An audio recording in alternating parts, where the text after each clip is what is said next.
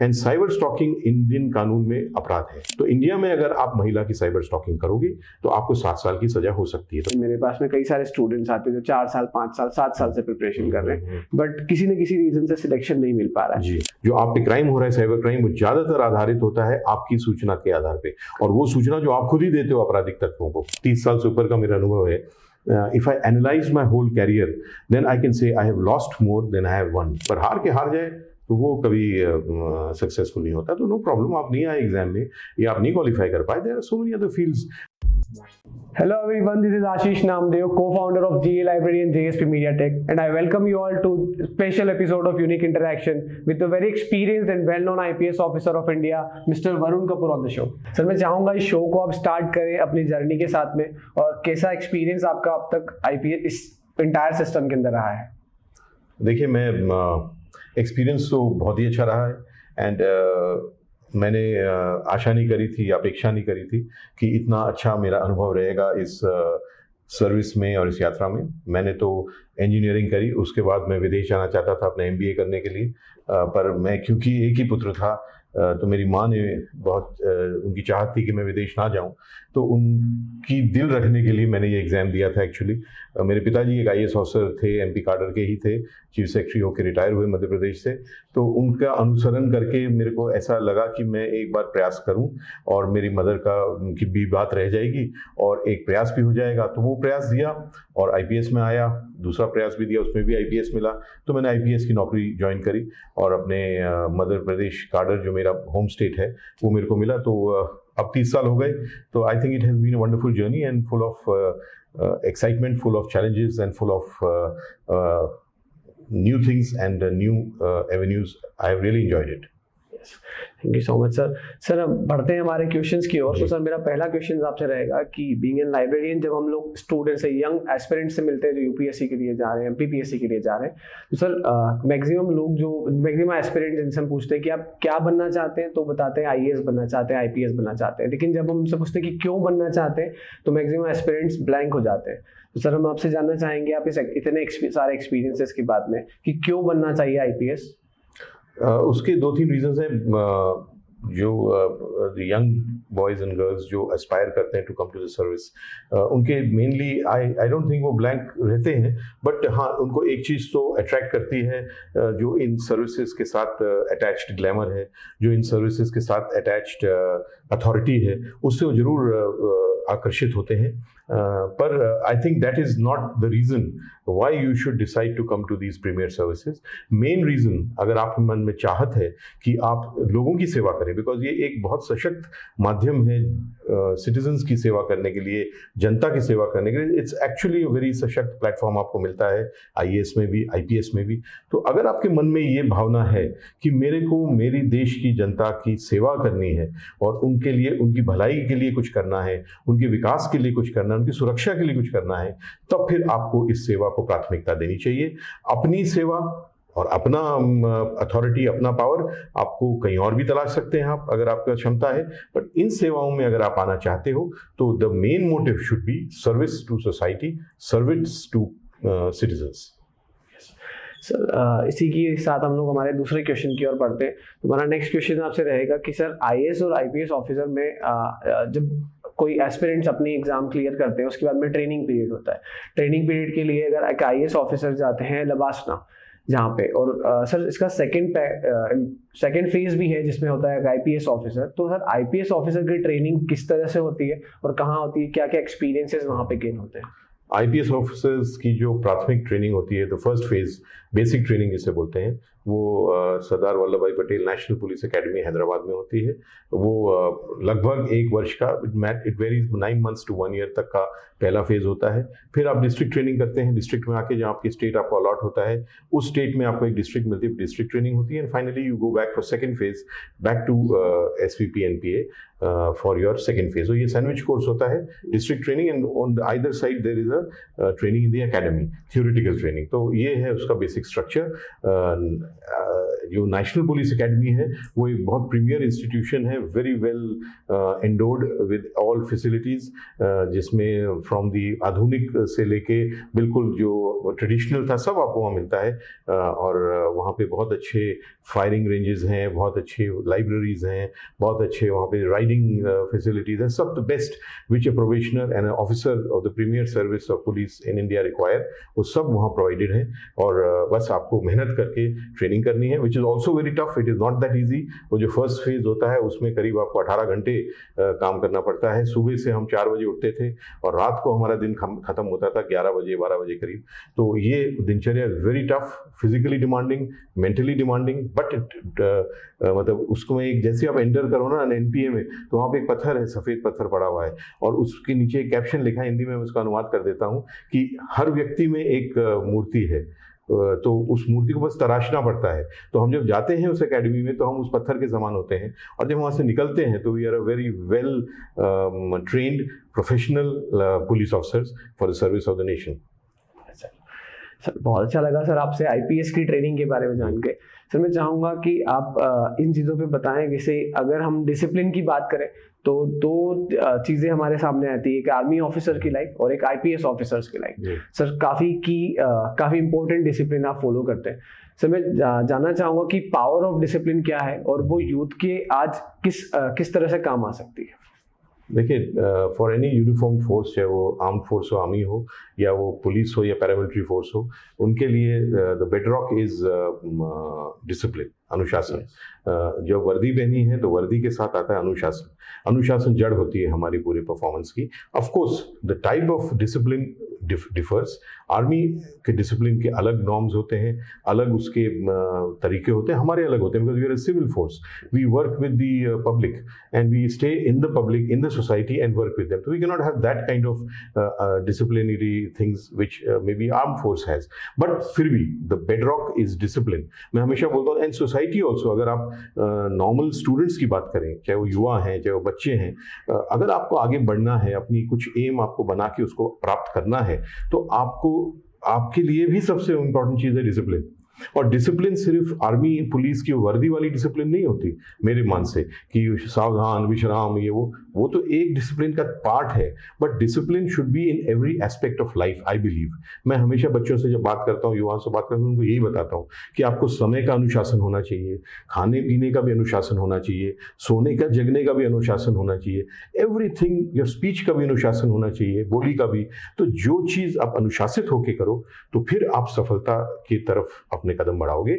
और अगर आप अनुशासन या डिसिप्लिन नहीं अपने आप को अपना पाओगे, then your efforts will not bear the right fruit which you want it to bear. So I believe that discipline, not only for army police, discipline should be for every person in society, for their betterment and also for सामाजिक भलाई, सामाजिक विकास। जी sir. Okay sir, अब बढ़ते हैं हमारे next question की ओर। Sir next question एक जो रियल टाइम सिचुएशन में काफ़ी सारी गर्ल्स फेस कर रही है उसके ऊपर है। जिससे सर हमारे आसपास में हम देखते हैं कि मैक्सिमम जो गर्ल्स जो सोशल मीडिया पे प्रेजेंस है सर, वहाँ उनको कई सारे मैसेजेस आते हैं या कई सारे वल्गर मैसेजेस, स्पैम मैसेजेस उनको आते हैं। सर उस चीज़ को, क्या ये क्राइम होता है, और इस चीज़ अगर ये क्राइम है तो इसको एक फीमेल को किस तरह से इसको फेस करना चाहिए? देखिए, इसमें बहुत सारी चीज़ें इन्वॉल्व हो जाती हैं। पहले तो जो आपने बातें बताई फॉर महिलाओं के लिए, लड़कियों के लिए, उसमें बहुत सारे चीज़ें इन्वॉल्व हैं व्हाट यू हैव सेड। एक तो ये वर्चुअल वर्ल्ड है, this is different from this real world जिसमें अपन आप आमने सामने खड़े हैं ना, we can see each other. मेरे को पता लग रहा है कि आप बड़े स्मार्ट व्यक्ति हो और बहुत मतलब डेडिकेटेड व्यक्ति, you can see me as a police officer, तो we are with each other. वो एक आभासीय दुनिया होती है, virtual, you don't know anybody, you के वो कुछ भी हो सकता है और कुछ भी दिखा सकता है, you know. So it's a different type of security, different type of जो आपको प्रयास करने पड़ते हैं और जो आपको तरीके अपनाने पड़ते हैं, वो बिल्कुल अलग है। बट लोग उसको समझते नहीं हैं। लोग सोचते हैं कि ये असली दुनिया का एक भाग है, it's a part of real world, that virtual जो आप करते हो, कोई व्हाट्सएप कर लिया, कोई चैटिंग कर ली, but it is not. According to me ये अलग दुनिया है, और इसकी अलग दुनिया में प्रयास अलग होने चाहिए, तरीके अलग होने चाहिए, इंस्टिंक्ट्स अलग होने चाहिए, बिहेवियर अलग होने चाहिए, so everything is very different. तो पहली बात तो ये है। तो all these girls who are facing this kind of problem, एक तो मैं उनको एडवाइस करूंगा कि आप पहली बात तो अपनी मानसिकता बदलो। ये असली दुनिया नहीं है, आपको खतरा दिखेगा नहीं, पर खतरा बहुत हो सकता है, बिकॉज आपको दिखेगा भी नहीं, है ना। तो इसीलिए एक अपनी मानसिकता बदलिए, तब वर्चुअल वर्ल्ड में अपना समय बिताइए। एंड सेकेंडली, जो स्पेसिफिक थिंग आप बोल रहे थे, vulgar messages and repeated messages, उसमें जो मेरे को समझ आया, पहली बात तो this is called cyber stalking, है ना। रिपीटेड मैसेजिंग किसी को करना, चाहे वो वल्गर हो चाहे नहीं हो, रिपीटेड फोन कॉल करना, repeated missed call, I can say repeated friend request भेजना, this all comes under the ambit of cyber stalking. And cyber stalking Indian कानून में अपराध है। इंडियन पीनल कोड जो है, भारतीय दंड विधान, उसको संशोधित किया गया था। एक बहुत दुखद कांड हुआ था इंडिया में, इट वाज कॉल्ड निर्भया कांड। उसके बाद कुछ नए कानून बनाए गए महिलाओं की सुरक्षा के लिए। एक कानून जो उस समय बना था वो था साइबर स्टॉकिंग, और वो है धारा 354D 354D आईपीसी का, which is cyber stalking for women. तो इंडिया में अगर आप महिला की साइबर स्टॉकिंग करोगे तो आपको 7 साल की सजा हो सकती है। तो पहली बात तो ये, this comes under cyber stalking. आप बार बार रिपीटेड मैसेजेस करो तो you should, the girl who is getting it can report under 354D and उसको पकड़वा के, क्योंकि डिजिटल फुटप्रिंट्स कहीं जाते नहीं है, वो व्यक्ति पकड़ा जाएगा, तो सजा दिलवानी चाहिए ऐसे लोगों को, पहली बात। दूसरा, अगर उसमें अश्लील कंटेंट है, if it is obscene, then there is a section in IT act, it is called section 67। तो 67 अश्लीलता से डील करता है। तो अश्लीलता के भी 3 पार्ट हैं, एक अश्लीलता है, एक पोर्नोग्राफी है, और एक चाइल्ड पोर्नोग्राफी है। 67, 67A, 67B। बट अगर नॉर्मल वल्गर मैसेजिंग भी है तो that will come under 67। 67 has punishment to 3 to 5 years also. तो ये 2 सेक्शन लगते हैं, and I would recommend that the girls should change the mentality, and if they ever feel that this kind of stalking is going on and with obscenity, they should report it, and उस व्यक्ति को पकड़वाओ, उसको सजा दिलवाओ, ताकि दूसरे व्यक्ति इसको करने से हमेशा बचें और हमेशा अपने आप को रोकें, और इस प्रकार के हैरेसमेंट वुमेन को सामना ना करना पड़े। जी सर, इसी के साथ हमारा नेक्स्ट क्वेश्चन आपको रहेगा कि सर 2017-18 के बाद में इंडिया में स्पेशली एक डिजिटलाइजेशन का बूम दिखा है कि suddenly after this Jio cam, sir उसके बाद से हम लोग देख रहे हैं कि एक जो यंग जनरेशन है, स्पेशली 18 to 22, 24, 22, सर यहाँ पे टेक्निकल थिंग से काफी ज्यादा फेमिलियर है, बट इससे ऊपर के हम लोग एज ग्रुप को देखेंगे 25 to 30, 35, सर वहाँ पे टेक्निकल चीजों से इतना फेमिलियर अब तक इंडियन सिस्टम हुआ नहीं है, जिसकी वजह से सही सारे साइबर क्राइम भी बढ़ रहे हैं और काफी सारी चीजें हो रही है। तो उस चीज को लेकर आपकी क्या अप्रोच रहती है? देखिए, टेक्निकल चीज़ें बढ़नी तो सबके लिए बड़ी हैं। I can't say that children 25 से कम है वो बड़े टेक्निकली सेवी हैं, और 25 से ऊपर है वो टेक्निकली सेवी नहीं है। नो, टेक्निकली सेवी होना इज़ वन थिंग। जैसे मेरे भी 2 बेटे हैं, है ना, one is in college, one is in school. तो उनको ये गैजेट्स का उपयोग, इंटरनेट का उपयोग, सोशल मीडिया में एक्टिविटी उनकी बहुत होगी शायद, और बहुत अच्छे से शायद जानते होंगे, मेरे से भी बेहतर जानते होंगे, आप भी जानते होंगे, बट उसका सुरक्षित उपयोग वो नहीं जानते, ना इधर आप जानते हो, है ना। तो इसीलिए मैं ये हमेशा आग्रह करता हूँ कि अगर आप साइबर क्राइम की बात करते हैं तो then the thing come cyber security. तो cyber security, you must use the gadgets, you must use internet, you must use the social media technology, whatever, but you must use it securely. And securely use करने के लिए, जैसे मैंने बोला, आपको एक अलग मानसिकता बनानी है, एंड वो मानसिकता के कई पार्ट्स हैं। जैसे very quickly if I tell you 3 things, अगर कोई भी करेगा ये 3 चीजें तो काफी हद तक सिक्योर रहेगा साइबर वर्ल्ड में। 3 बेसिक थिंग जो मैंने बनाई। फर्स्ट, अपनी इंफॉर्मेशन को सिक्योर रखो। Your information is the basis of crime on you. जो आप पे क्राइम हो रहा है, साइबर क्राइम, वो ज्यादातर आधारित होता है आपकी सूचना के आधार पे, और वो सूचना जो आप खुद ही देते हो अपराधिक तत्वों को गलती से, मतलब बिना सोचे समझे कुछ भी लाइक, शेयर, फॉरवर्ड, पोस्ट, बातें करना, and all that we keep doing.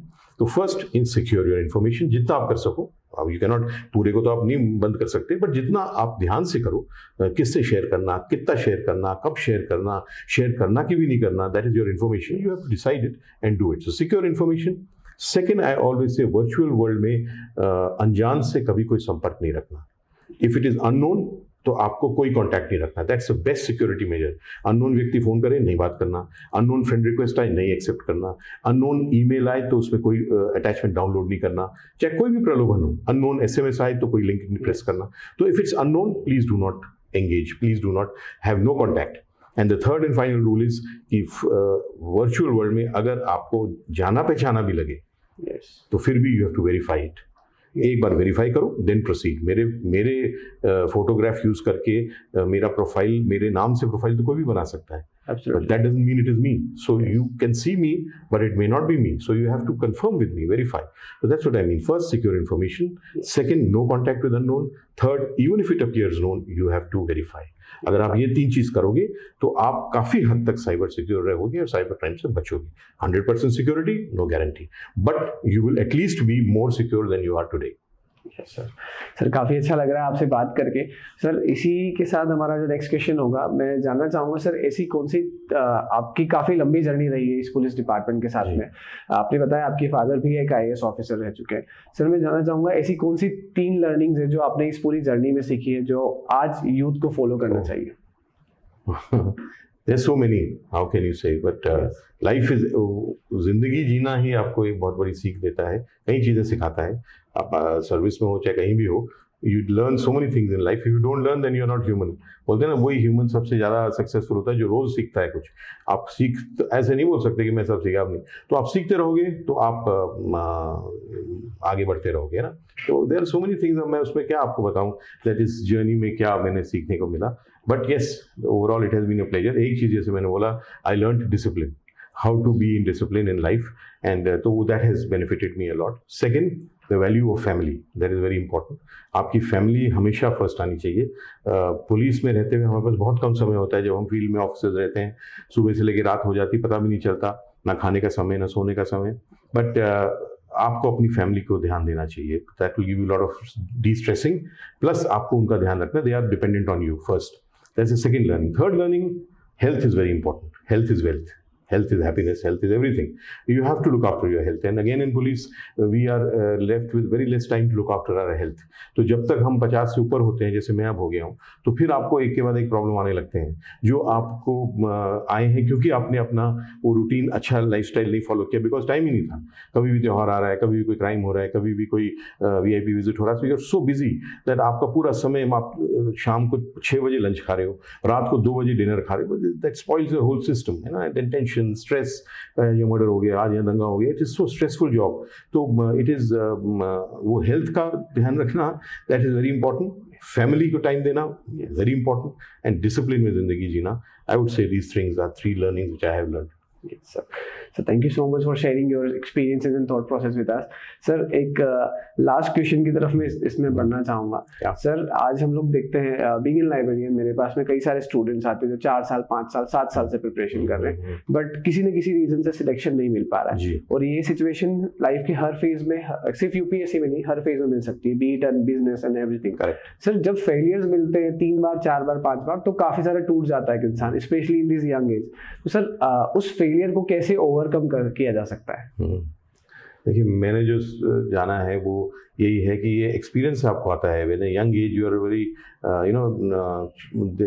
जो दिल दिमाग होता है बड़ा चंचल रहता है ना, so you can not accept things very soon. तो इसीलिए आप फेलियर से भी हार जाते हो। But if you should be a good sportsman, I always say that sports करना चाहिए, किसी खेल के मैदान में आपको जाना चाहिए to be a good student, because वो सिखाता है आपको हारने की तरीका।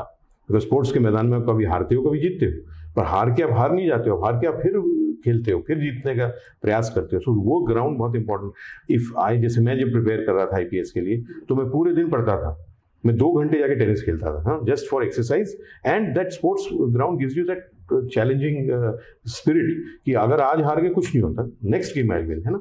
So this is what every good student, if he is listening, अगर आप नहीं पार्ट ले रहे स्पोर्ट्स में, प्लीज टेक आउट टाइम, दूसरी एक्टिविटीज कम कर दीजिए, 1 घंटा स्पोर्ट्स में बिताइए। तो ये वो आप, एक तो आपको फिटनेस आएगी, mind will become clear, plus you will also become a good sportsman, तो then you will become good loser and then a good winner after that. तो एक sports teaches you lot of things, I would recommend that. And secondly, वो तो अनुभव से ही आता है कि जीत के हारना और हार के जीतना तो चलता रहता है। एंड मैं आपको एक चीज़ बताऊँ, मेरी जिंदगी में मैंने जो 30 साल से ऊपर का मेरा अनुभव है, if I analyze my whole career, then I can say I have lost more than I have won.